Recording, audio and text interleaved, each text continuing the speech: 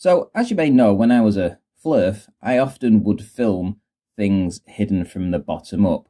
Now, that wasn't always the case. For the vast majority of times, I would produce far better quality than that. However, there were occasions when I did see things missing from the bottom up, and I would publish them. Reason being, I wanted answers. But I never sugarcoated it. I wanted the flat earthers out there to actually answer the question, which is, why do we see these things missing from the bottom up that doesn't include Earth curvature? However, now that I've come back to the globe, it was pretty obvious all along that I was actually just seeing Earth curvature. And now that I'm out of that cult, I can actually see it for what it was. The problem is that now when I look at some of these videos that flat earthers such as Stay Flat Media 7 put out, it becomes quite obvious that these guys are going down the same rabbit hole, except they are not even pretending to find answers for what they're seeing. They're just publishing it as if it's a flat earth proof. I'm going to take another look at this video, a different video from the 29th of May 2021, and he's titled it Earth's True Presence, No Curvature Observations and False Moon Mission Admittance. Right, okay, so we're not going to get into the second part of that, but the first part is where he does have some footage, and let's get into it. So he starts off with failed. Interesting. Indeed, you did fail, but we'll get to that in a moment. Here we go. So his first point here is to say that from this observational point down here in the bay, looking across the bay, 26.33 miles, we can actually see some wind turbines. Let's have a look what he's got to say. So he's showing this Cape Cod wind turbines as viewed, and he's now going to provide some kind of proof as to what these wind turbines are with some estimations of height and alike. Let me just say that this actually is not the actual correct wind farm at all. This is actually talking about 130 horizontal axis wind turbines, each having a hub height of blah blah, and it's actually looking at an offshore wind farm, which isn't what we're looking at. Anyway, let's carry on. So next he's going to move on to this power station here, and he's going to look at this chimney that we can see in this footage.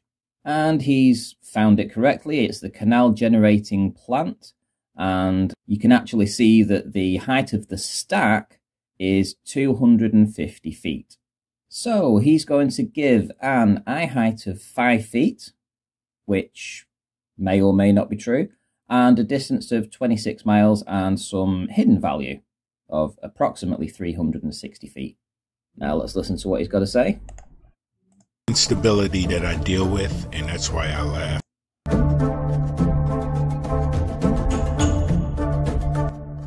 You see, the mental instability that I deal with, and that's why I laugh. Like,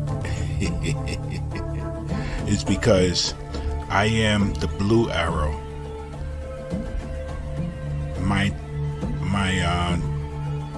Whatever I'm looking at is the red arrow. Do you see the horizon dotted line? The red line symbolizes whatever I'm looking at. You are not supposed to see any of it. Any of it. Okay, so his claim is now that you aren't supposed to see any of it. Any of it. Right, let's see. Okay, so we are actually seeing some wind turbines here. The quality isn't very good, but don't worry, I've taken some screenshots and we're going to see what we can pick out of it here. Let's carry on.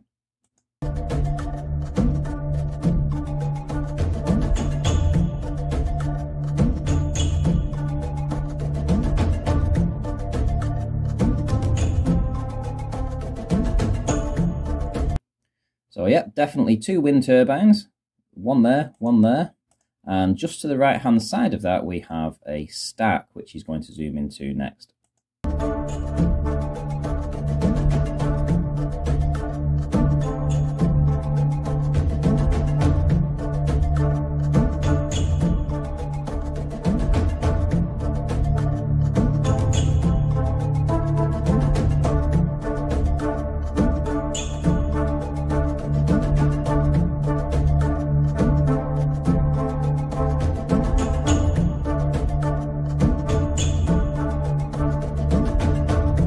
Okay, and now he's going to zoom back out and he's going to show us his location.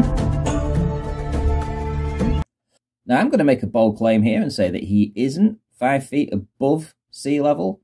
The actual sea level is way out here. And just because you have some water in the foreground draining away doesn't mean that that's the height of the water further down. In fact, the reason that it's draining away into the bay is because it's higher. So the water here and the water connecting the other side will be substantially lower, which means that your elevation will be substantially higher. So this was his original claim about the Cape Cod wind turbine height. It's not actually that, it's the Air Force turbines that we needed to look for. So he has a claim here that the tip of the blade height would be 404 feet. That's incorrect. Let's have a look at what it actually is. This is the Cape Cod Air Force Station. We have a 260-foot tall tower, and we have the turbine blades are 120 feet long, meaning that to the tip of the blade from the actual hub, or from the base, let's say, from the base going up to the hub and then put the 120 feet on top, means that we have 380 feet to work from. So that's the actual height of the wind turbines and the blades. So this is the Cape Cod Air Force Station, and there's actually 4 wind turbines that have been built on this hill over here. Cape Turbine 1, 2, there's 3 and 4 here. Now I believe that the 2 we were looking at, judging by the line of sight, would have been these 2 on the right, because slightly to the right hand side of that as viewed would have been the power station. I can show you that right now. There's the canal generating plant down here with the stack. There's the big stack, and the nearest ones to the left hand side of that would have been these 2 turbines here. So I'm pretty sure it's these 2 turbines that we're looking at. In which case, let's have a look at the height of the hill that they're on, in other words, the elevation. If you look to the bottom right hand corner, way down here, way down here in the corner, you'll see that the elevation is 75 meters. The elevation for this one is 68, 70, around that, 78, 60, 75. These 2 turbines over here, the elevation is 73, and this one is, again, 73. So we're looking in that region, anywhere from 70 to 75 meters. That's the height of the hill that these turbines are upon. So what I did is I took a screenshot of what I considered to be the best image in this photography. And what we have here is this. So I actually copied the image and I contrasted it, did a bit of work with the brightness too, and this is what we end up with. So I also then went and took his image that he used and found it online, and I actually scaled it as they sit upon the hill. And what you can see here is the turbine, and you can see the other turbine to the left hand side, and essentially we're seeing down to around about I would say around about 4/5 down the turbine, which means that we're not seeing the bottom of the turbine, and we're certainly not seeing the hill that it was sat atop. So we have at least 70 meters underneath the turbine, and we have probably close to 25 meters or so hidden from the bottom of the turbine, making a total of about 100 meters. So the next claim is the stack, which is 250 feet tall. Again, this is what we see in the footage. Let's compare it.